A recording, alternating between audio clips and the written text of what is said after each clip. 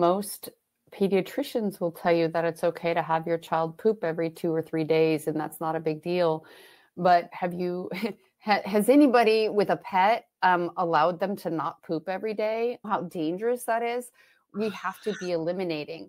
And most of these kids are constipated. And hello, I'm Dr. Ruth Roberts, the original pet health coach. And with me today is Luminara Serder, who is a neuromodulation technique practitioner, amongst other things.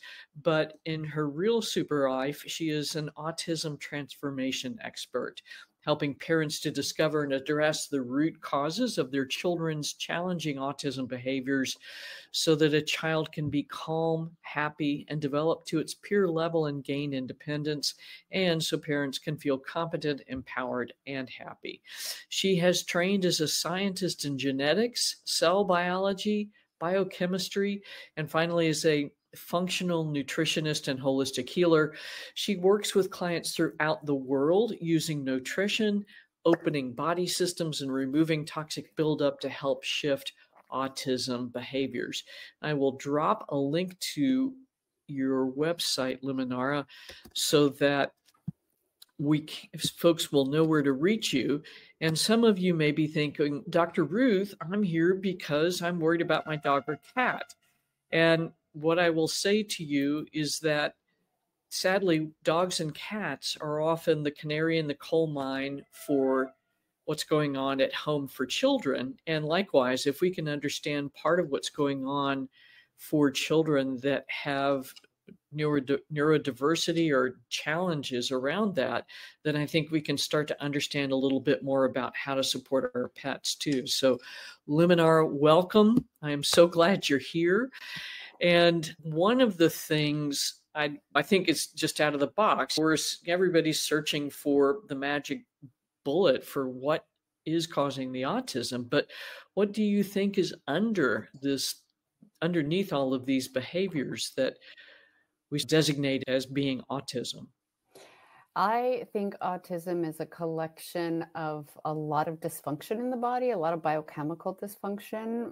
Might be some emotion and trauma and ancestral stuff thrown in there.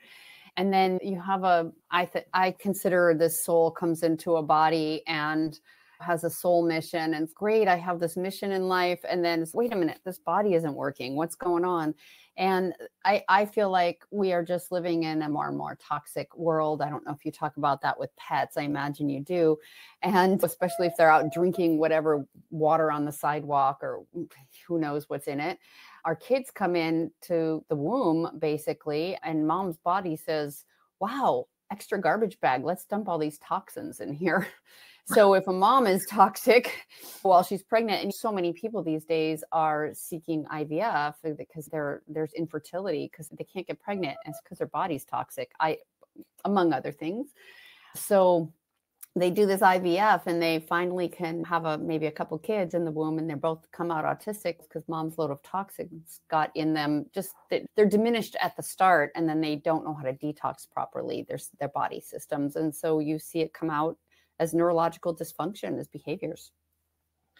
That's amazing. And I'm sure that some of the toxins are things like heavy metals that are going to, and especially mercury and lead that are going to create changes in brain function. But what are some of the other mechanisms you're seeing? What do you think the main mechanism is? I don't think there is a main mechanism. That's the thing. Okay.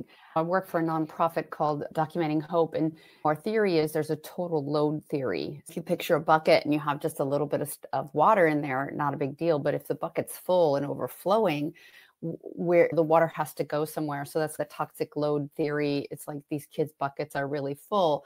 So it's not just one thing. It's pesticides and herbicides and plastics. There's been so many studies recently that show that there's glyphosate, which is the main ingredient in Roundup, and heavy metals in our kids' lunch at cafeteria meals at school, in fast food, in packaged foods, in everything. And there's cadmium and aluminum, and I'm finding things like uranium, tellurium, thallium. We maybe have never heard of that, but you see these on lab tests now. It's like, where'd that come from?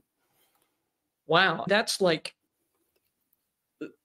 stuff I remember learning in chemistry, but yeah, and learning that they are potentially toxic, but holy smokes, so those are actually showing up in lab tests now. That's And more amazing. than one. Like you have, I had a kid the other day with thallium and tellurium and I think cesium. And well, this is a little guy that grew up in the Middle East. And you have these winds sometimes during the year that blow all the stuff through the Middle East and like all the wars. What's the stuff that they used in there? What is this stuff? Where is it coming from? It's in their food, air, water.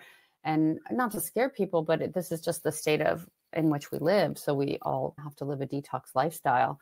And it's not just our kids. It's us, it's our All of us. pets, it's all living things on earth. Yeah. And I think what you said is critical too. It's not just one thing, it's multiple things. Like you just mentioned one child having 3 or 4 different heavy metal contaminants, but the effect isn't 1 + 1 = 2, is it? No, it's not. And nobody really knows what that effect is. And then you have mold. A lot of people have mold toxicity on top of that. And one more thing I want to say, in 2004, the Environmental Working Group did a study of 10 Americans, looked at umbilical cord blood, and there was like 287 toxins in the umbilical cord blood. So one toxin we might know, oh, this is a carcinogen, but if we have 200 plus chemicals in the body, we don't know the synergistic effects of that. So we're basically knocking out the detox systems that are meant to get rid of this stuff in the first place. So there you have it. Oh, that makes sense. And that makes sense why we're seeing so many of these children show symptomatology either shortly after birth or very young in life. So thank you. Thanks for helping explain that. This is the same concepts that we're seeing in our pets, by the way. We're seeing dogs develop malignant lymphoma all over their bodies as early as 6 months of age. And I think this is part of what's happening. And dying 2 months later because their systems are so overburdened that there's just no way they could control the progress of these cancer cells. Having said all that gloomy stuff, what is the first thing a parent should do to help their child? Most pediatricians will tell you that it's okay to have your child poop every 2 or 3 days, and that's not a big deal. But has anybody with a pet allowed them to not poop every day? How dangerous that is. We have to be eliminating. And most of these kids are constipated. I don't know if pets get constipated. I suppose they do. They do. They do. Yeah. Yeah. So we have to eliminate our waste or else it fills that bucket. So that's the biggest thing is I find a lot of kids are constipated and then their gut needs help. They need the right microbiome. And I'm sure you do that with pets. So there's just, it's very similar. Yes. Yeah. And honestly, too, most of the functional medicine concepts, I had to take them all from the human side and figure out how to adapt them in the pet side. And where it made the most sense was protocols for children because their pathways were more similar to what dogs and cats could handle. Yeah. And it's just awesome stuff. So so constipation is a big thing and getting gut health. But when you start to work with some of these children or you start to hear from their parents, what are the behaviors that you're seeing or that the parents are describing? It's a really wide range, and each child is unique and individual, depends on their history, their genetics, their toxin load. So some more severe autistic kids are banging their head on the floor or against the wall or hitting themselves. They do a lot of behaviors called stimming. So it might be hand flapping or rocking. This is a sign that there's discomfort in the body or that they're so anxious inside that they need to have an outlet. A lot of kids are nonverbal, so they're not speaking and parents don't know how they're feeling or if they're sick or not, or if they're hurting.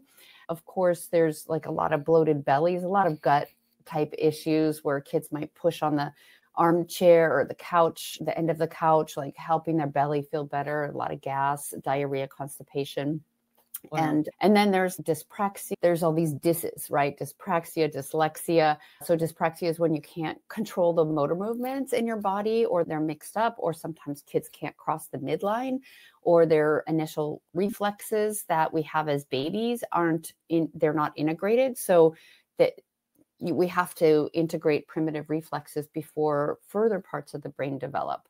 So it really ranges, and it depends on each child. Some kids have meltdowns and can scream and cry for hours. Some kids wake up at 1, 2, 3, 4 in the morning and they're up for hours. So the poor parents are up with them.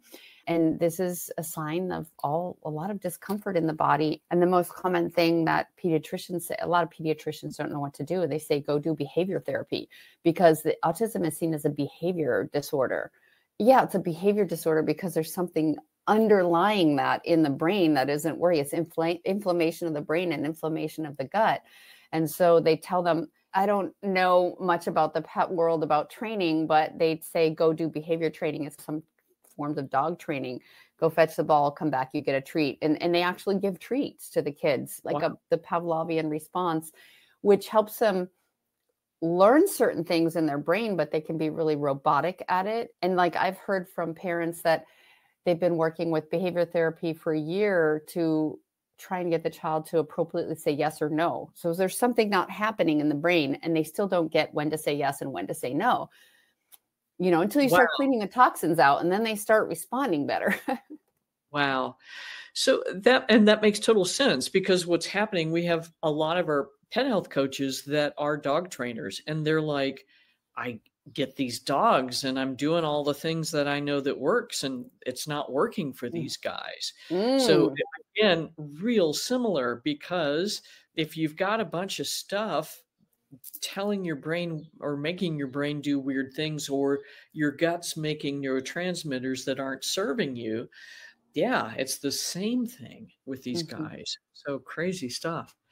So then, so besides sending the children off to a dog trainer, essentially, what have you found is really key to shifting behaviors in a direction that helps this child actually integrate a little more with it, his or her surroundings, and to be able to develop easier?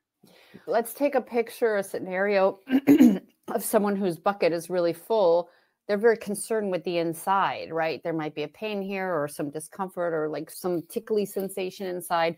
So they're very inward and stay to themselves, and parents want them to be social and have eye contact and all this stuff. And they can't. They're so, I think they're inward focused.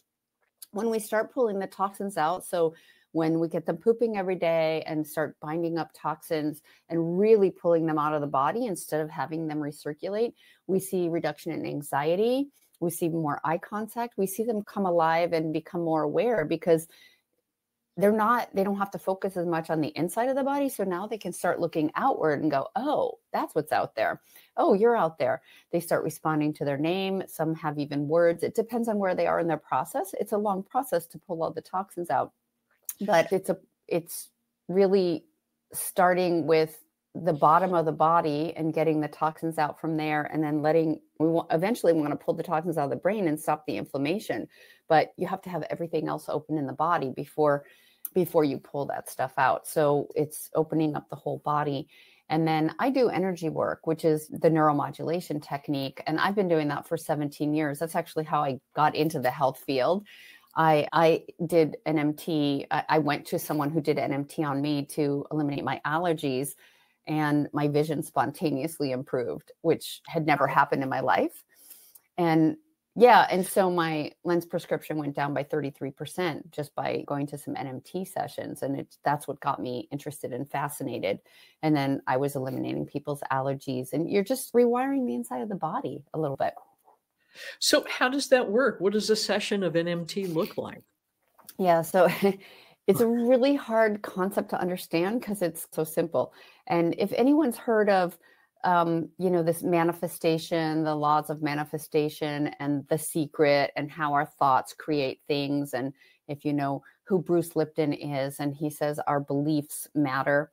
And the placebo effect is another example of this. So we create with our mind and our thoughts. So NMT is literally an intention. It's a very specific therapeutic intention. So let's take a concrete example. If I'm working with a child with constipation, or I'd be working with a dog with constipation, similar, I would muscle test. So do you want me to explain muscle testing probably? Sure. Yeah, that'd Yeah. be awesome. Muscle testing is a way of gauging a strong or weak muscle to get a yes or no answer from the body. So if you were in my office, you would hold your arm out like this and give me resistance, and I would ask a question and push down. And if it's a no, I'm going to get resistance. But if it's a yes, your arm's going to easily go down, usually no matter how hard you're trying. We don't want you to try harder. And for a pet, you could use a surrogate. So you could have Yes. a human there touching the pet, and you can get the information from the pet. So what I'll do is muscle test, and you can ask the body any yes, no question, right? You're just going to get an I or a no. It's digital, right? A yes or a no. So the whole format of NMT is questions to ask the body. So for constipation, I might ask, is there awareness of everything contributing to this constipation? If not, I'm going to say, okay, let's create awareness of all factors that are contributing. So it could be the smooth muscle doesn't have enough energy to push the poop. It could be there's ammonia that backs up that doesn't let the muscles move and the poop go through. It could be certain microbes in the gut. It could be what's called the motor migrating complex, which is part of the nervous system that's in the gut that it could be stuck in one way or another. It could be there's too much anxiety, so there's a holding, right? And we're in fight or flight, and you're not going to poop if you're in fight or flight. You need to be in rest and digest. So there's all these different reasons, and we ask the body, is it this? And it's always a combination of things. It's never one thing. Is it emotions? We ask all these questions. Is it a sensory motor thing? Like the brain just isn't picking up the signal, or a reflexive thing? So we ask questions, and then we say, can we correct this? And then there's a very specific, almost scientific way of saying, can we get we can find which sensors aren't working. We can find if it's which errors it is. So there could be something called facilitation, where a signal is being amplified. There can be something called inhibition, where a signal is being diminished so much the brain can't handle it, can't hear it. So we just look for all these different errors and then correct them and say, hey, body, this is what you look like. Picture A, would you like to look like picture B so you can poop? And the body's like, yeah, I'll take that. Yeah. And so we Wow. literally, the correction is we tap down the spine while we're basically giving the nervous system an adjustment. So I have people breathe in, breathe out, and then they pant. And I'm tapping my chest right now, but I would be tapping down their spine while they're breathing. And it's just anchoring that intention into the nervous system. So it sounds a little, but it's literally our thoughts creating it. That is amazing. No, and I totally get it. And so that's a way to have a conversation with the body of a child that cannot verbally converse. Mm-hmm. And when we were speaking earlier, you said you've done this. I think Hayo likes this idea. You said you've done this for dogs, cats, animals, garden, the whole 9 yards. How does that work when you're working with pets? Pets are so much easier because they don't have all the cognitive belief stuff that we have that block us from healing. And I have found that pets tend to take on owners' characteristics. Yeah, if you're clearing the pet, then the owners have to look in the mirror and say, okay, what is it that I've been doing that my pet's been taking on? I've done informational vaccine pathways with like cows, alpacas, I think some dogs. I can't remember what I used to work on with my cats. Sometimes behavior things like I don't want them to scratch the furniture or something like that.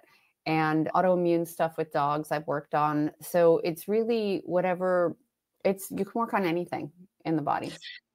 That makes sense. And Monica's asking if this will work with epilepsy, but it sounds like pretty much anything, any concern there is, this technique will work. It's just a matter of going through the right questions. Is that fair? Yeah. So Monica, for epilepsy, what I would do is ask what's contributing to this. And we know in epilepsy from brainwave things that the brain patterns are not cohesive or coherent, right? So we might do some brainwave work, or we might say, oh, there's toxins and they're creating this inflammation, which creates these brainwaves that are off. We just ask the questions and find out what it is. Wow, that's cool. And she's also asking if this is similar to EFT or tapping. And it sounds like Yes but and not really. no. Yeah, you're still using the energy flow of the body, but it's way more specific. So what quantum physics, it's based on quantum physics. And what quantum physicists have found is that the more specific you get about something, then the more like honed in you are, like looking through, what's the spyglass thing? If you're looking out at the whales in the ocean and you look through Yeah, the binocular type things, you're going to see better. So that's like the honing in, so more right. specificity. Sometimes quantifying, so getting numerical values for things. And I think there was one other thing, but it's definitely specificity and quantifying are two things that help. It's like having a GPS coordinate on a map versus just saying North America. Right on. So you can really hone down to a Nitty very gritty. strict level. And with EFT, it's more sort of clearing.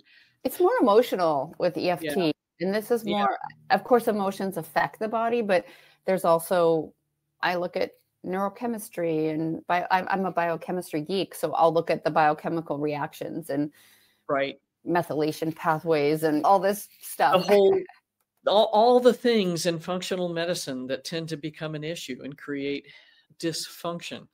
That's Yeah. amazing. So it sounds, and Laura's asking if you're tapping down the entire length of the spine, Mhm. and it sounds like you're just clearing the entire nervous system, literally from stem to stern. Yeah, but I'll tell you something, Laura and Ruth, is that I have an NMT practitioner friend who uh, one of her patients couldn't come in, and she said she did something to clear an allergy or something, I don't remember, and or a heart thing, and he said, "Oh, I want some more, but I can't come in." And she said, "Oh, just imagine your thumb is your spine, and tap down here, and breathe in, breathe out, panting, and say what Luminara said." And so to bring your subconscious and your conscious mind back to the time of the treatment. And I've done this with people too. And I remember working on this guy with allergies. And I said, yeah, if you start feeling stuffy, just yeah, you could tap here on your chest. You could tap here. The idea is you're evoking this same therapeutic intention to your nervous system. And he would tell me the allergy symptoms would go away like that, like in a second. So does it have to be the That's whole spine? It could be representations of the spine.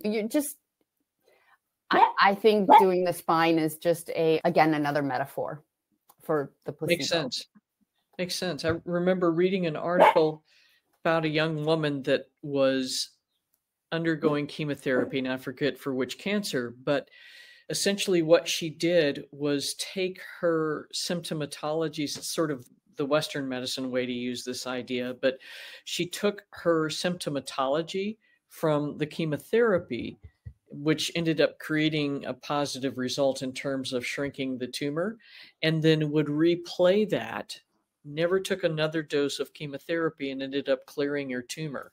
Wow. So she just emulated the medication's actions over and over, and she would not feel good. She would get the side effects, but Mm. she ended up clearing her cancer. So amazing. That's amazing. That's the power of our minds. Dr. Joe Dispenza, who maybe some people have heard of, he's studying this and what happens in the brain and how healings happen. And he healed himself from an accident, a spinal injury, I believe, where they said he'd never walk again. And Yeah. listening with Moshe Feldenkrais, the Feldenkrais method, he also was disabled, and he just was picturing all the little neural networks and picturing them being fixed. And if you've ever done a Feldenkrais class, that you could do a whole hour class on just what your tongue feels like in your mouth. So it's micro awareness to the point of you're looking at everything, and then you can fix things in your body. That's amazing. I had the pleasure of listening, and I apologize, I can't remember the guy's name, but the main researcher for Dr. Dispenza. And what he said, he was talking about the results they're seeing when they pair an older person, and a younger person together as meditation buddies, similar to the idea of the rats that they physically hooked up and then later just did blood exchanges. And what they found was that the older person had younger appearing results in terms of what they were measuring physiologically. But the two people paired together, the good news is the younger person didn't age, but the two of them matured their ability to meditate together so much faster than people that were unpaired. And this was all simply by having meals together, spending their free time together through this week-long retreat with Dr. Dispenza. So just astonishing what our brains can accomplish if we have the tools to do it. Yeah, well, that reminds me of this concept called entanglement. Dr. Dean Radin, he did experiments where people would meditate for 15 minutes, go in separate rooms, put on brainwave measuring equipment, and they were already in coherence. So what one was Yeah. experiencing, the other is experiencing. So I imagine that happens with our pets too, right? It does. And that's part of what I talk about. If we're running around like chickens with our heads cut off and unable to stop the fight or flight, being in the sympathetic state. Yeah. I've been out of town for 2 days. So I was like, oh, you're back.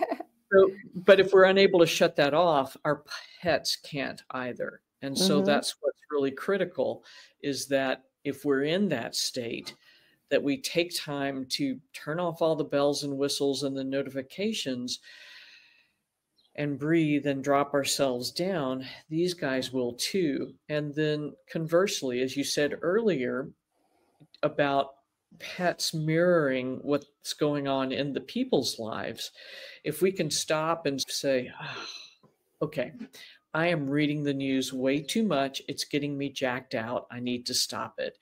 And then look over at your pet and see what they say.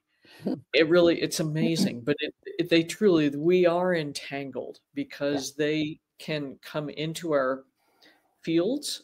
Hopefully we're in coherence more often than not, but if we're not in coherence, they will definitely feel it. Yeah, and it's the same with kids, just exactly what you explained with the pets. If the mom's anxious and sympathetic and running around and their kid's nuts and crazy and they're running around, like one of the things I recommend is just, sit down, sit next to them and do the vagus breathing, which is like 4 counts in, 6 counts out, or whatever you're inhaling or exhaling, 2 counts longer to get your system calmed down. And the kids calm down because they're feeding off of us. They're getting in coherence with us. One thing, I just want to bring this up because it's so frustrating. So Caroline is one of our holistic pet health coaches, and she said she had some high cadmium levels when she did her metal test. Where is this coming from? Is it mostly in the water? And what are your thoughts on that one? I think cadmium is also in batteries and electronic equipment. I'm not sure if it gets in the air. Could be from the water. It's been found in food. That's one of the heavy metals that's been found like in fast food and school lunches and packaged foods. So I would say food, air, water, like you don't know. I talked to a mom the other day who, I think this was the kid who had high tellurium and thallium and something else. And she lives across the street from like a car mechanic where all these cars are coming in. Is there thallium off gassing? I don't know. And then the other side, she had something else on her. And they're living in this more toxic environment. So right. And then tragically also in dark chocolate. Oh no. That's what I mean. It gets in food. And Yeah. I think the reason it gets in chocolate is because in countries where they grow the cacao, they put it out on the road to dry. And then it gets all the metals from the exhaust, from the gasoline. I think that's how the heavy metals get in there. Or like same with coffee, then mold. Mold is another thing that gets in there. Yeah, yeah. And I think sadly, it's just there's a lot of soil that's just so highly contaminated. And that's another way, especially with foods that can be bioaccumulators. Arsenic is one of those, right? Because a lot of rice fields, we used to be cotton fields, and they use arsenic as a pesticide. So it's still there. So I see a lot of high levels of arsenic in the kids too.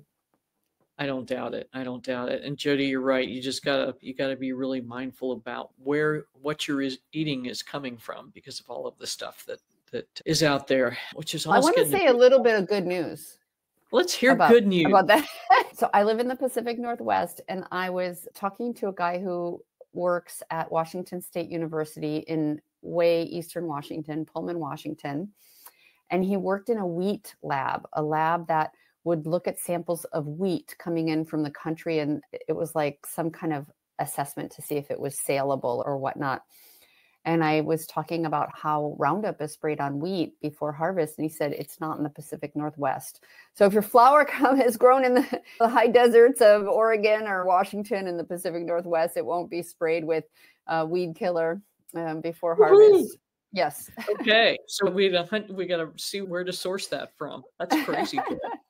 Man. Yeah. Cause that's a big problem. I think That's perhaps the issue, is that maybe there's not so much wheat sensitivity or gluten sensitivity as there is just glyphosate sensitivity. And I think of pets who are like, I don't have any pets right now, but when I did, like they would drink from the street, and what kind of oil mess was in there? Or you're walking down the path and they drink from wherever. Who's spraying glyphosate? Is there stuff in the puddle? They're like, uh, animals aren't as picky. They'll just take what's there. So I worry about that. I know, and I worry about it a lot. And the problem is that dogs, again, Environmental Working Group did a pretty big study several years ago, but dogs have something like up to 68 times our toxic burden, and cats have something like 93 times. We see dogs that, for all intents and purposes, that they behave as if they have autism. And that's part of why I wanted to bring you on. They can't figure out how to interact in a way we deem as appropriate. But this is a big part of why, I believe, is that their toxic burden is astronomically high. And if they came out of a hoarding situation, or a disreputable breeder, then their toxicity levels are going to be even higher, because they're being fed really poor quality food. They're housed in very unsanitary conditions, so they're recycling all their waste products, just yucky stuff. But there are so many parallels between what dogs and cats experience and what autistic children sadly experience as well.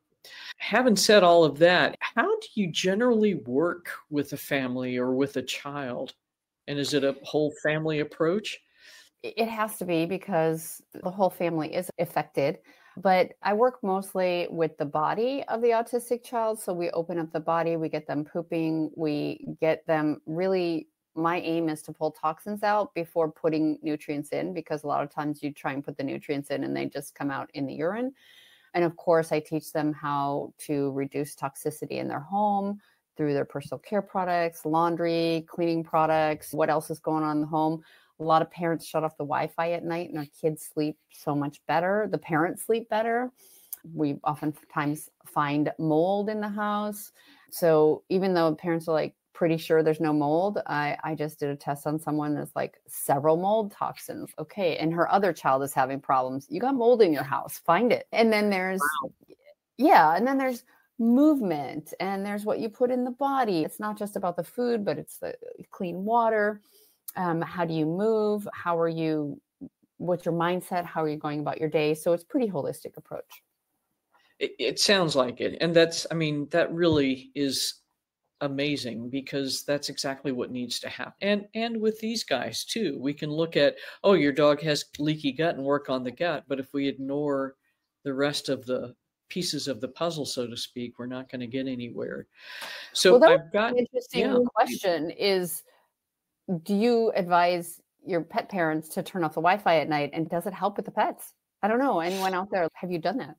We've talked about it, and especially in reference to those smart plugs. I think we were talking about this at one of the conversations back at Mindshare or some other meeting, but there are these smart plugs. And so from your phone, you can turn the smart plug on and the lamp in your living room goes on.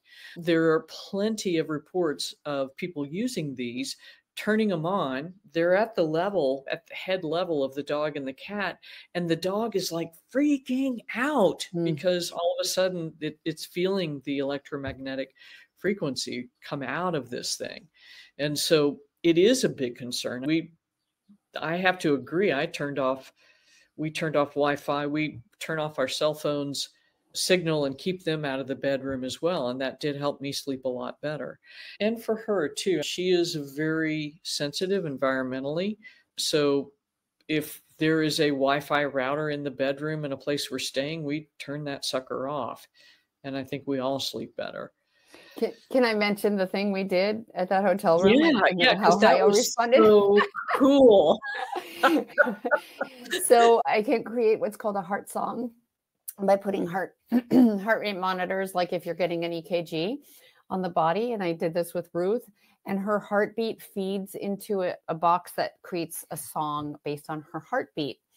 And Hayo was actually agitated when you were on because you were probably readjusting and going through things. But when I put you and your partner on, Hayo passed out, was just asleep and totally no agitation whatsoever, because you guys were both really regulated with your heartbeat and regulated with your nervous system. And then I think you told me you guys all slept really well that night. We did.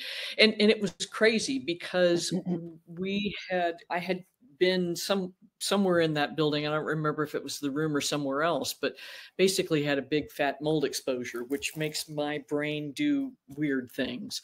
And so that process of doing the first soul song, I was able to physically hear what the dysregulation sounded like and use that to key in. But Mary Jo is the one that's chill and easy, and she can regulate all of us. So that was an amazing experience. And for those of you that don't know this technique, if you can find someone, if you're in the Pacific Northwest area, you can look Luminara up, but it's really, that was a beautiful experience. So I've got your website in here where folks can reach you. Check Luminara out on her social media as well. Let me drop those in so you can see what she's up to. And I can't recommend this enough as an approach to supporting children that have autism, but also thank you so much for this, because I think this helps all of us understand better how pets are being impacted and affected. And for those pets that have really massive behavioral issues, I think this is a lot of what's going on. And humans too, like adults too. I started by allergy elimination, and then we can do like pain relief. I remember practicing and working on my neighbor, and he had back pain and he had leg pain. And when I checked in with him a couple of weeks later, I said, "How's that pain down the side of your legs?" And he goes, "What pain?" I said, "Remember you told me you had it?" "Oh yeah, oh that's gone." And then he said he was able to sit in a car for an hour driving without having to get out. Normally he would have to, it was so painful he couldn't sit for an hour. Wow. So it's not just allergies, it's not just autism, it's not just emotional stuff. It's like kind of holistic for the whole body and for everyone. And I'll just tell you a fun thing that I did on my garden. I was really mad that the slugs were something was eating my strawberries. And so I did an NMT session on my strawberry patch. and then I can't remember what came up. Maybe there were toxins, maybe there was dysbiosis or something of the ground. And when I went out the next time to get the strawberries, there was like 50% less gnawing away at the strawberries, which I was like, amazing. Wow. Yeah. So it's anything alive. That's crazy. So yeah, and so the mycelium conduct the information in the ground. So maybe that something. There's microbes, there's mycelium, there's roots, there's everything, the soil, the minerals. Who knows? Something going on. Amazing stuff. Wow. So thank you so much for coming and doing this and giving us this information, because I think it really is useful, and it is important for people to know that there are other ways to approach almost any problem. So for those of you that may have children that have autism or know someone, there is hope, because I know you have pulled several miracles out of your hat for families. They do the work. I just guide them. I'm just their guide, and you have to do the work and be motivated, and these parents are. So yeah. Right on. Right on. Thank you so much for having me. It's been really fun chatting with you. It has been fun. Cool. For those of you that join us regularly, thanks so much for joining, for supporting, and we will see you next week with some new fun information. Until then, take good care. Ciao.